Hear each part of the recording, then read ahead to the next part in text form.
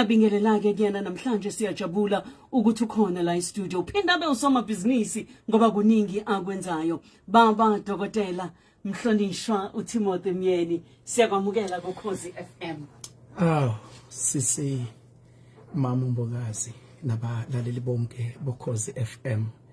Siyanibingelela nonke ekuseni egameni namandla igama lika Jesu Kristu. Kuyinhlanhla enkulu ukuthi mama ngithole ithuba ukuthi ngibe khona ehlelweni lakho olumnandi uNkulunkulu akugcobelekile ukuthi ushintshe impilo zabantu ngalo. Amen. Siyabonga kakhulu. Ngiyathemba ukuthi bayezwa emakhaya. Ngazi kwenzekani la kumina i-microphone yami ayikhombisi ukuthi iyakucosha, kodwa ngiyazi ukuthi ngoba si live lapha yana ku Facebook wami kuZanele Mbokazi, ngiyazi ukuthi bazosho uma ngabe kuukuthi abakuzwa kahle. Siyajabula kakhulu ukuthi ukhona namhlanje e-studio. Angiqale nje ngitshela abalaleli ngelinye ilanga ke njengomakoti waseSwatini.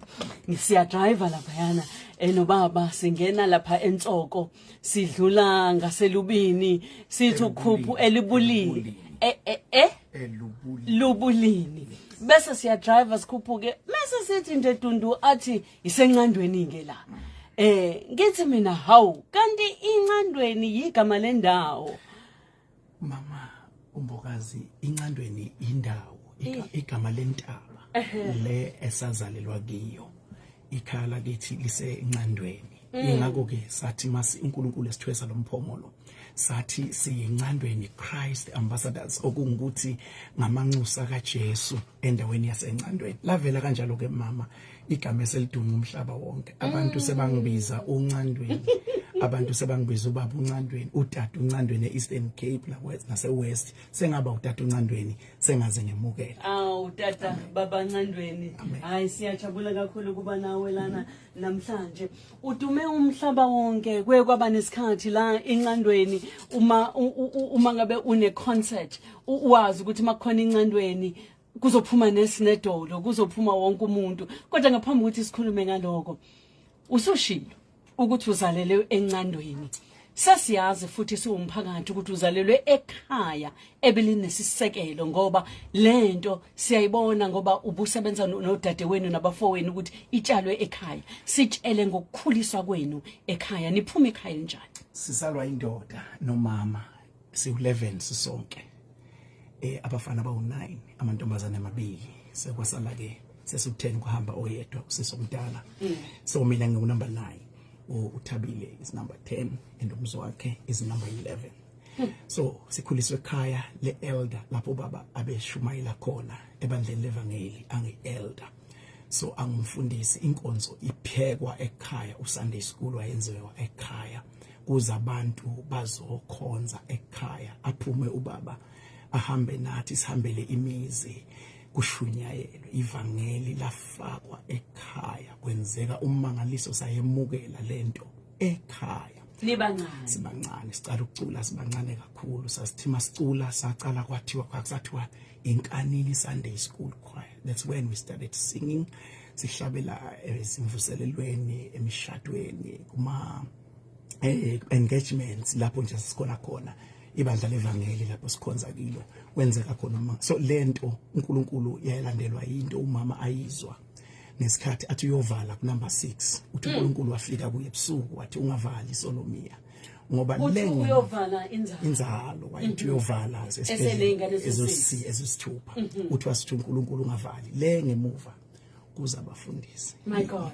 Then umama uthi wabuya wamlalela uNkulunkulu kwase kwenzeka ke. So masichamuka ke ngalendlela esichamuka ngayo uthi uNkulunkulu kwase uyaphinda uyakhuluma sesizelwe sonke sobathathu the last 3 wathi ke nampa ke labantu ekade ngangikhuluma ngabo engithi ungabavaleli ngaphandle ngizoveza kunamhla kumlalela zange sifike ngemistake. uNkulunkulu wasimela umama afuna ukuvala wathi uNkulunkulu no ungabavaleli kibo kunencandweni Christ ambassadors enzoyithuma emhlabeni wonke. Siyethuka asikwazi siyikho kwesinye isikhathi siye sizimangale sihamba sidonswa ngabantu sihambe esitaladini uNkulunkulu indlela siphakamise ngakhona. So we are a product yephupho likaNkulunkulu wayelihlelile from emaphakadeni.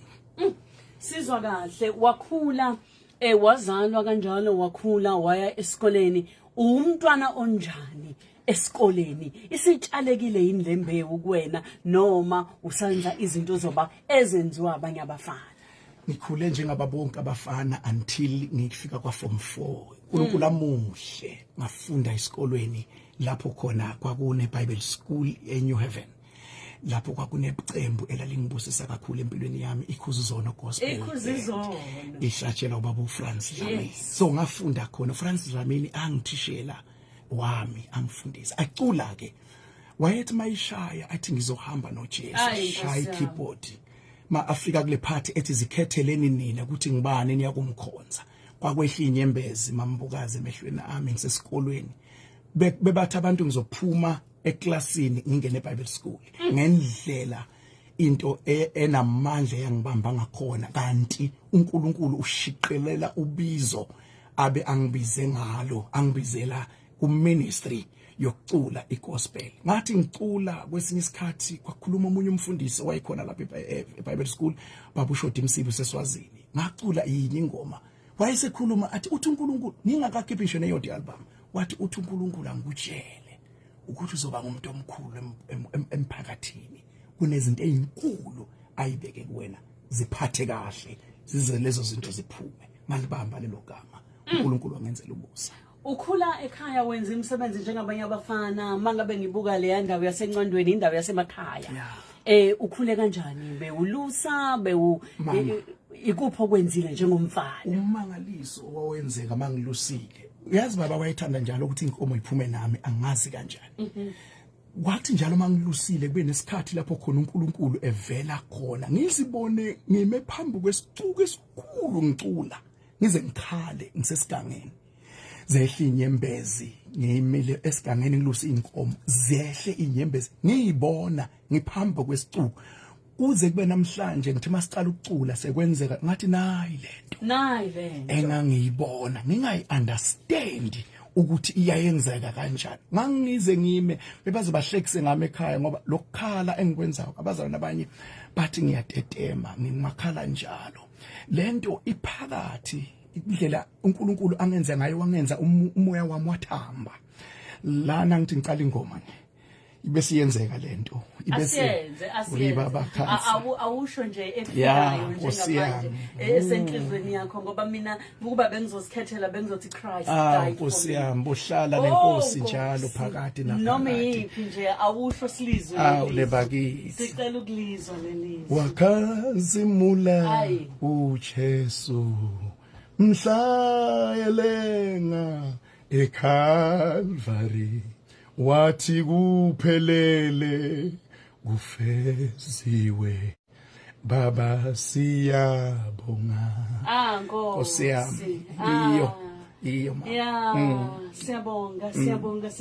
So lento uthi isekujuleni ngaphakathi kwakho. Niqala kanjani ke iqembu lencandweni? Liqala nini? Ngoba usufundile esikoleni yakubamba lento, wathatha isinqumo sokuthi uzoba uthishela, yona nto wawuyifisa. Wafunda phi? Ngafunda eSikhwezi High School yami ngayenza eNew Haven, and then William Picture College ngatrainer uba ngithishela we-maths and science.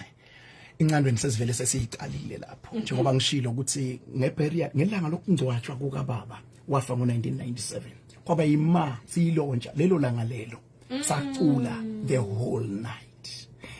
Khumbula kahle ubaba amaceda kungithengela ikeyboard, bama umbokazi akekho umuntu wangifundisa ukushaya ikeyboard, wanele ukungithengela wanginika ngizange ngalala, kwakungalaleki kwakusahluthi. Ngikhumbula ngelinye ilanga kwakungu-2 ekuseni ngangicomposa lengoma ethi nasi isimemo esivela kuJehova wozani, but my first song engayicomposa emhlabeni ngayirelease ngo-1998 yayithi nasi isimemo sivela kuJehova. Ngathi ngibuka efasteleni ngo-2 ekuseni ngakhanda ubaba wami umile ngo-2 ekuseni ngingakalali.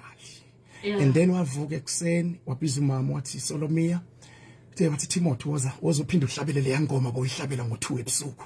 Ngamangala ngasondela ngayithatha ikeyboard, wayese mase ngiqala le ngoma ngithi maye nasi isimemo sivela kuJehova. And lento yokukhompoza ngeBhayibheli ngangithathe lapha uNkulunkulu wangitshela ukuthi ngingakhompose ingoma sinome kanjani. ngingacompose noma ngani wathi angithathe la izwini ngoba le verse aliguquki noma ingahamba iminyaka lona liSolomon elimile linjalo aliguquki. So that is the secret uNkulunkulu wanginikeza yona. Wasethatha ijazi baba ulibeka la mangicula ngathi nasi simemo libeka la and wadansa wasethi kumama Solomia sekuphelele sengiyahamba. Ukhonza lapho baba ngalesi sikhathi? Ibandla levangeli. Evangelical. Yes. Okay, wakubeka ijazi uyakubusisa. Wathatha ijazi wasethi Solomia sengiyahamba sengicedile. And vele akuphelanga isikhathi eside ubaba wahamba emhlabeni. Ngelanga lokungcwatshwa kwakhe sahlabela kwasa. We were not crying. But instead bekuthina kuze umuntu azokhala la ekhaya kube yimi engibahlangabezayo lapha bese ngithandaza umthandazo ukuthi Sathana ulayekile bowuthi uyayivala kanti iyaqa. I don't know ukuthi bengithini kanti iyaqala. Then the day sicula ubusuku bonke ngefuneral kababa kwayima abazalwane babuza ukuthi EPCD sathi thina siyazi CD asinayo but what is this? Then it's when lapho khona wasithatha ke ubaba uFrans Dlamini wahamba nathi wayosirecord. Yeah, imisebenzi kaBaba uFrans Dlamini asivamile ukukhuluma ngayo kodwa uyisebenzile le yansizwa kakhulu. Ngiyajabula ukuthi uyambalula kakhulu. Wafunda eWilliam Pitcher College waba uthisha. Ufundise isikhathi esingakanani emva kwalokho? Mama ubizo oluphezulu kwami lwala ngafundisa only 2 years. Ngaqala ngafundisa eMoyeni High School, ngifundisa Maths and Science, ngase ngifundisa eNgwane Park High School, ngafundisa only 2 terms if I'm not mistaken. uNkulunkulu bathe emini ngelinye ilanga ngimaka iMaths ama scripts amaningi topic test engiyibhalisile. Ngase ngihlela ubutho wakhuluma uNkulunkulu wathi stand up and live. Now it's time. Ubasiqale uhambo lwami nawe. Ngaya headmaster ngathi I'm leaving. Wamangala wathi angayicedi neprobation yokuthi ngiyuthisha. Then I left. I had 00 umnkosikazi wami sasishade umnyaka owodwa ongakapheli nawo. Washiya wahamba. Ngashiya sino 00 ebank. 00 kungena lutho. Ngiyabona ngangolo 2300. By that time that's 2000. So ngashiya ngahamba. uNkulunkulu wangethwala ngahlupheka eGoli ngilale emotweni. Singilandela lephupho. Akusho ukuthi uNkulunkulu mayikubizile mambokazi kuzoba lula kuba manzima. Ngalala emotweni ngike ngishisisa amanzi ngoba imoto ebengihamba ngayo koyisikoro nje singanayo ihita. Ngishisisa amanzi filling station bese ngikhona wona. Ngihamba esitaladini sike sime nokhaya lethu sime phakathi esitaladini. Sasahlabela lengoma ethi ungabi isivuvu. Angiku uyasonela ukholwa kwethu. Sithi mawubanda sipromoter sihamba literally on the streets. Hamba ngezinyawo emigaqweni eGoli nicula nifaka estaladini. Ningakaziwa abantu. No. eSouth Africa ngekho umuntu owazi ngakho wazi. Ungakungeneki nakuma radio station. Usebenza kanjani nomndeni ngoba wena odade wenu abafowenu umndeni lo ifamily ubumnandi bokusebenza ndawonye ngalesi sikhathi sitshele ngabo? Mama, it was not nice all the time. There were ups and downs. Kuthi okunye ngeke sikhulume ngoba sisemoyeni. Ukuthi into kaNkulunkulu yonke ayihambe smoothly. Ihamba inamawa, ihamba inezinto ezivukayo endleleni. Kwakungasiko lula, kodwa uNkulunkulu wasibamba for a period of 10 years. Sit together. Kukhona kunenge okwenzekayo phakathi kwethu noSathane ehlasela ngoba uSathane wayengayifuni incandweni Christ ambassadors the way it was. Ayazi ukuthi ingozi uma inje. And then the devil was trying all tooth and nail ukuthi kungenzeki ukuthi ichubeke ikanje. So some of the things sazivumela zenzeka, some of the things sala ukuthi zenzeke sit together. But nje uNkulunkulu wasigcina for 10 years ngoba sikhiphe ama-albums awu 10 saze safika lapho khona celebrate khona i-10th anniversary yethu. Ngiyeza kuloko ngifuna size kuloko. Ngikhumbuza umlaleli wami ekhaya Ukhozi FM lolu olilalele ngalesi sikhathi uhlelo eshilo uhambo noNkulunkulu. Hlala nami nginguzanele wakambokazi sihleli la e-studio nobaba uTimothy wakamyeni sikhuluma naye ngohambo lwakhe. Kanti ke usungathumela makhono ofisa ukusho 071 613 667 071 613 667. Ukathumela ivoice note yakho kumbe ungena nje ku Facebook wami si live umbone kuzanele Mbokazi ku Facebook. Ungangibhalela nakhona makhona into ofisa ukuthi ngikubuzele yona kuyena. Baba izingoma zenu ama-album eniwakhiphe ndawonye mangaki ewonke? Kumanje ama-album esinawo seyincane leChrist Ambassadors awu-16 in all, but esikhona ukwakhipha sesonke ndawonye sengilo yamndeni loya abazana abawu-10. Abawu-10 wona. Izingoma eziningi uyazi kukhona izingoma laphayana ingoma yenu othi umuntu meyizwa noma ekuphi kwakhona umakhelwane wami laphayana eThonut ekhaya owayemana vulele inqandweni ekseni loze liyoshona ilanga ubone ukuthi ukhiphe enye afake enye akhiphe enye afake enye. Izingoma zenu zibhalwa ubani iningi lazo? Njengoba mama Mbokazi sengishilo ukuthi uNkulunkulu waye wangehlela, Waqoba. Wangehlela mama, wangehlela nami angiyazi lento. Esinye isikhathi siye sihambe sikhohlwa nokuthi singobani, ahambe kuNkulunkulu asichukuluza, asincweba noma asishaya. Yeah, ncinza. Yes, asikhumbuza ukuthi ongubani, because i-environment ikwenza sometimes ukhohlwe. So izingoma mama, uNkulunkulu ihistory lento engizomtshela yona abazalwane. Angiyibhali ingoma. Zonke izingoma zencandweni zikompozwa yimina by the grace of God. I'm humble. Angiyibhali ingoma bese siyayicula. Kodwa ingoma ngiyayicula bese ngiyayibhala. Yo. Yes. Shothi akwenzeki ukuthi esinye skill ke leso. Angiyibhali ukuthi ngicale ngibhale ukuthi amagama azothi. Kodwa ngicula ingoma bese ngiyibhala ngoba sengiyiculile. Sengifundisa ama members ukuthi ingoma ithi, because mangiyibamba nje keyboard ivela ingoma izingenele ezandleni, ibeat izingenele esandleni, indaba ye-tune ibese emva kwaloko bese ngihamisha, insayihamisha i-tune, uNkulunkulu bese aletha iverse, aletha amagama ezingihamisha i-tune, uNkulunkulu uyayidropa lento. Ingakho ngihlala nonkosikazi wami, I love my wife, I've brought her today to abe khona. Sihlala nonkosikazi wami uyasa Mbokazi, kusehluthu sihlezi, uyangihlonipha, uyangithanda, uyayihlonipha inkonzo uNkulunkulu anginikeze yona. Uyazi wathi angena ngathi mangimeshela ngikhuluma naye ngathi uthi uNkulunkulu nguwe ozosupporta amen lenkonzo. Nkosi. Wangana ke hala umagama ngamcothela ngathi uNkulunkulu nguwe. Angeke uzodabuleke emaswati mesekhuluma kamnandi. Yes. So sihlala nonkosikazi ke ngalesikhathi ngiyenza lento uthatha iselfoni ke. By the time yayisengekho iselfone wayibhala phansi isengekho iselfone. Abebhala phansi lamagama engiwashoyo because yena uyazi ukuthi lento esenginikezwayo manje kungenzeka usathana ayiphuphuthe. So always when I compose songs my wife is next to me. He's listening. Nangapho ngibona nje ngithinta ikeyboard so uyasondela unkosikazi. Angimbize kitchen. Ubona shiya amabhodo so uza kimi so uzolalela ngoba uyazi from this now there is a fruit. Esizoyithola because kuyenzeka uthi uyakhuluma uthi uyahlabela ingoma bese ngithi inkosikazi kodwa beyithini le ngoma bengiyihlabela ukhanda ukuthi yena so uyirecordile so vele siyangekhona uyalalelwa uNkulunkulu ngeke ngathi kudlala kancane umdumise njalo Christ died for me, oh I love him. Ngangimthanda kakhulu ufuna labo abadukile uyazula awubale nawe ezinye ingoma ngiyazi abalaleli bayabhala nabo thando wena umlaleli wami ekhaya yiphe thando wena ingoma yencandweni ngimanele ezinye baba othi nje mawuyicabanga kusukela number 1 nje sathi simemo sika Jehova kwaba nengoma ethi Timothy mfana wami ungaliyeke ngiyayikhumbula leyo. Yes kwase sikhiphe album number 2 isihloko sayo sathi ngizobambelela kwakunengoma ethi siyawutshekula those are composed songs. Yo, njengoba siwacula yonke indawo nje siyawutshekula njengamathole. Album number 3 yayithi umoya wenkosi. Yayithi Samson isithandwa. Ngitshela akupha amandla. Apha amandla akho ngiyakhumbula. Yes, athi Samson isithandwa apha amandla. Album esayicula. Print elani esayihlabela uAdam ushone phi na?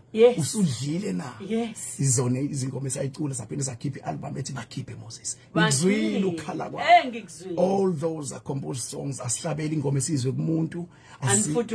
No.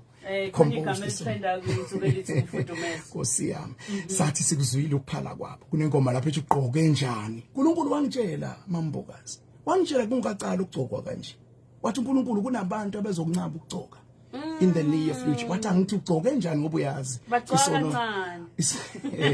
isono samadoda siyazi sivela ngokubona ingayizivele album mama efike yasethula eSouth Africa buya Nkosi Jesu la mangithi Zulu khaya lami ngiyalangaza ngicomposa lengoma sihleli nokhaya lethu ukhaya lethu uthatha ibhola ibhola nje udlala ushaya phansi kanje sihleli noKhaled endlini asenze lutho sihleli ushaya phansi kanje mayishaya lengoma mashaya phansi lebhola elethi ngathi Khaled man ngathi phinda ushaya leyo lazana wayishaya mayishaya uKhaled ngathi bisani ikeyboard bayilethe ikeyboard ngase ngifika mayishaya phansi uKhaled lebhola ngathi iZulu Usiyami ikhaya la wabheka uKhaled yaphuma yaphuma awu Nkosi yami kodwa leyo ngoma ngicabanga ukuthi angilaze elinye igama isignature yenu masizwa uZulu khaya lami khona sebeyenzile bayishintsha bayifaka isimodern benzani kodwa lo yaZulu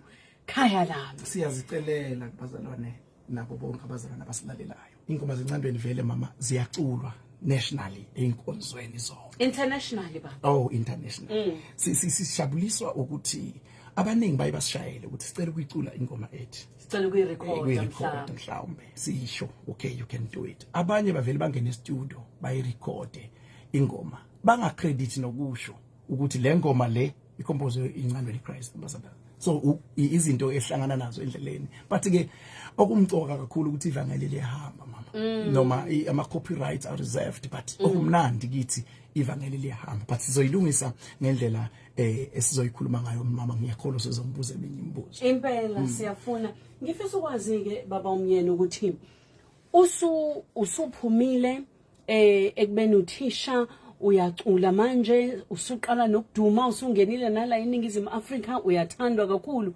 ipolitiki ifika kanjani ngoba ngiyazi ukuthi ngikubonile futhi usuyimember of parliament lapha yana eSwatini ufika kanjani kwipolitiki kupolitiki mama ngifika kanje ngifika ngokuthi incandweni Christ Ambassadors beyithi uma nangabe sesitholile lokho abazana basithengele ngako bese sesiba nesikhathi lapho khona sibuyisela khona back to the community bese ke sithenga izingubo ngithengele ogogo sithenga ukudla sihlabe sibize abantu basencandweni abantu basendaweni le esizalelwe kiyo bese sibapha ke sibembesa izingubo sibake basibona abanye kuba DVDs senza leyo nkonzo leyo and by in that process of doing that base abantu bendawo ngoba eSwazini asikhethwa ngendlela mhlambe okukhethwa ngayo kwamanye amazwe eSwazini nje ungena with your own personal merits ukuthi wena ngesingawe ubese ungena ke abantu ke bakukhetheke ungene eParliament ke ngazithola ke mama ngena eParliament ngino 27 years ngimncane since 2003 iParliament lapho ngangena khona ngaqala ke ngasebenza labantu kwangilekelela ke mama hayi ukuthi eParliament ngangiya mhlambe ngiyofuna imali ngayiswa yiservice yokuthi lezi zinto engizenzayo labantu abangibona ngizenza base ke bavele bacela ukuthi mfana wami asale sikuthuma uyosebenza eParliament uNkulunkulu wabamuhle wangisebenzisa endaweni yasencandweni endaweni yasobulini lapho mama nahamba khona nobaba uNkambule ileyo ndawo safaka ugesi safaka amanzi salungisa lezi zinto safaka izikolo so uNkulunkulu wangisebenzisa kakhulu bangibuyisela ke I've been in Parliament mom for 15 years 15 years ngiyakakubuka amanye ama debate ukhuluma ngikubuza lokho ikakhulukazi ngoba inyanga uApril inyanga yenkululeko eningizimu Afrika netheme yethu nje la okhuzini sikhuluma ngaloko eSwatini sike sabona ninyakazisa izinto kanti njenge member of parliament uthini umbono wakho ngesimo sezombusazwe njengamanje uNkulunkulu muhle mama siyambonga uNkulunkulu thina sisindisiwe ngoba okonke okwenzekayo akusilo imistake kithi thina esifundizwe lekaNkulunkulu because uNkulunkulu ushilo ukuthi mama like any other countries ezinsukwini zokugcina kuzoba khona imihelo ekhombisa ukuthi uNkulunkulu uJesu sendleleni uyabuya masinyane so izinto ezenzekile eSwazini ama unrest and all that inkomba ezishoyo ukuthi inkosi isethu thina abantwana bakaNkulunkulu asethuki kakhulu because we understand ukuthi lezi zinto bezimele ukwenze like in any other country kwenzekile sizwile kwenzeka kodwa ke nathi besingeke sisalele ngaphandle siSwaziland abemele ukuthi kube khona umnyakazo kuze ukuthi loyo mhelo obe umenyeziwe abaprofeti ukuthi einsukwini zokugcina kuyaba khona izinto ezikinjengalezi nakithi zenzeke thine ke mama sikhululekile ngoba siyamazi uNkulunkulu usebenza kanjani kuneverse mama in the book of Romans chapter 13 awufunda from verse 1 ngeke ngince isikhathi but abantu bazoyifundela yonke imibuso ekhona usuke kunesandla sikaNkulunkulu. Yonke authority usuke uNkulunkulu ebeke isandla sakhe. And asibekile mama isandla sakhe kune time frame. Ayibekile ukuthi this shall be like this for this time until this time. So uNkulunkulu asikwazi ukumengcelela ukuhamba ngaphambi kwakhe. uIsrael wahlupheka for over 400 years. Angoka uNkulunkulu kodwa wahlupheka. uNkulunkulu ebukile wathi emva kwa 400 years wayesehla ethi ngikuzwile ngubonile ukuhlupheka kwabantu laba sengehlile kuzoba. Having said that mama ngizothi yonke into eyenzekayo phansi komthunzi welanga yenzeka ngesifiso nangentando kaNkulunkulu. Iphupho lakho eSwaziland. Amen. Iphupho lakho nje eSwaziland. Iphupho lami eSwaziland mama, iphupho lithi sifisa ukuba kube khona konke okuhle okufiswa ngabantu. Ngoba mama yonke indawo kubantu bayahlupheka, abantu mama badinga education right, badinga ibhedlela, imithi ebhedlela, abantu mama badinga ukuthi imigwaqo ibe mihle, abantu mama badinga ogesi baphile impilo kunogogo kunalabo abahluphekile. So my dream, as I've been in parliament for quite a long time, was to pursue lokuthi ngenze sure ukuthi mangikhuluma eparliament ngikhulumela abampofu, ngikhulumela abahluphekile ukuthi lempilo yabo Nkosi yami ingabe ingagcina igucukile na kuze kube yilesikhathi lapho khona athi uNkulunkulu uma the righteous baposition abantu baleyo lizwe bayajabula. We are praying for ukuthi uNkulunkulu njengoba kuseza nama elections nase South Africa, we are praying for the righteous to take the positions ukuze ukuthi izwe lijabule. Ngiyazi ukuthi ngokuhamba kwesikhathi ngokukhula ikakhulukazi uma ngabe uNkulunkulu ekubizile kuba nezinselelo eziningi. Ngiyazi ukuthi udumo nokukhula kuzana nezinselelo isuke ikhula. Ngesingisi bathi new levels, new devils ngoba kuyanyuka konke. Ngifuna sikhulume ngezinselelo oke wabhekana nazo nokuthi udlule kanjani kuzona. Kodwa ke sithi ukudlulisa laba qala sikhokhe izimakethe. Nje singaphezulu kwamandla ethu umnotho amanani okudla ngisho nesimo sezulu imbala kodwa kungenani iyodwa le void esingakwazi ukuzibambela namathupha leyo yimpilo yethu. Hlala unempilo futhi ugcina ungcola kokude nawe. Thola iProsidine ezokusiza ukulawula ihigh blood pressure futhi igcine unempilo. iProsidine iyi-antioxidant enamandla kanye nama-anti-inflammatory alwa nezinhlungu. Thola iProsidine namhlanje uma ingasho ukuthi iProsidine akuyona iProsidine. Imeya yaseThekwini ubaba uMxolisi Khawunda uzobe ethula inkontileka ezoqala umsebenzi wokulungisa ipayipi elikhulu elifakela amanzi izindawo eziseningizimu neTheku esifana noMlazi, uMakhutha, eAdams, Folweni, iNtsimbini neChatsworth ngesonto kusukela ngo-9 ekseni eMlazi.